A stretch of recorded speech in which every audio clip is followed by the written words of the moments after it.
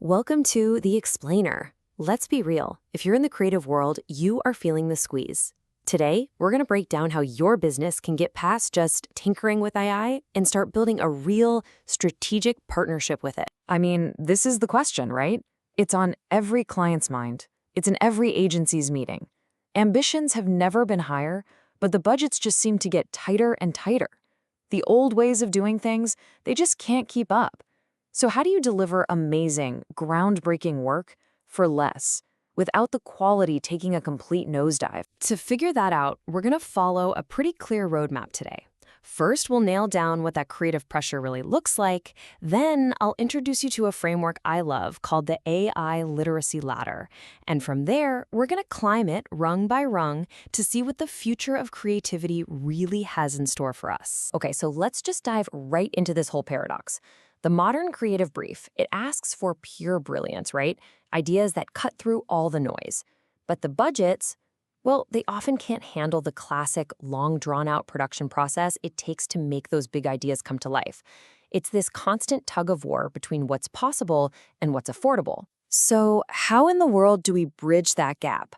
Well, the answer isn't some single magic tool you can just download. It's about developing something called AI literacy. And the best way I've found to think about this journey is to picture it as a ladder.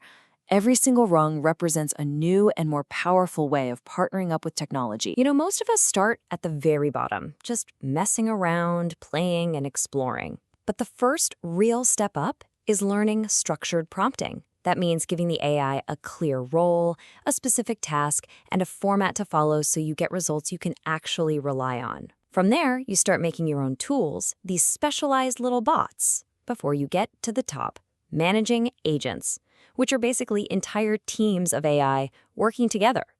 Each step up just unlocks a whole new world of possibilities. All right, let's take that first big leap up the ladder. This is where you graduate from just throwing random one-off prompts at the wall to see what sticks. Instead, you start building these focused, super reliable tools, or bots, that are designed to solve very specific problems you face every single day. Just think about it for a second. What if you could build a custom GPT that's basically a little you, a mini creative director? You feed it all your unique strategic frameworks, your brand-specific tone of voice, all your past wins, and boom, suddenly you have this mini-me, a sounding board that can pressure test your new ideas, and it's on call 24/7. And here is the crucial shift in how you think. A bot is not a jack of all trades. It is a specialist. By creating these little focused assistants for small, repetitive tasks, like, say, checking a creative brief against a checklist or generating 50 headline variations, you turn AI from a fun novelty into a seriously dependable part of your workflow. So once you've got the hang of building these little tools, the next level up the ladder is, well, it's where things get truly wild. We move from bots to agents. And this is the moment where AI stops being just a tool that follows your orders and starts becoming a partner that actually thinks for itself. Okay, here's the difference, and it is a huge one. You tell a bot what to do, a specific command like write me a script. But you tell an agent what you want to achieve. You give it a goal. The agent then figures out the how, creating its own multi-step plan and pulling in whatever tools it needs to get the job done. And the results, they can be pretty stunning. Imagine giving an agent just one simple sentence. Hey, create a client presentation that outlines our partnership so far. That agent can then go into your shared drive, find your brand guidelines, analyze all your past work, and build a fully branded deck from scratch that is, well, scary accurate. This is a total paradigm shift. You are no longer just delegating a task. You're delegating an entire project. The agent isn't just writing some copy for you. It's managing the research, the data analysis, and the visual design to hand you a complete, finished package. Of course, this level of power and automation immediately brings up the one big question that's on everybody's mind when we talk about AI this powerful. What does this all mean for our jobs? And look, that fear is totally real, especially for junior creatives. So many of us learn the ropes by doing those foundational and, yeah, often tedious tasks, transcribing interviews, building decks, pulling reports.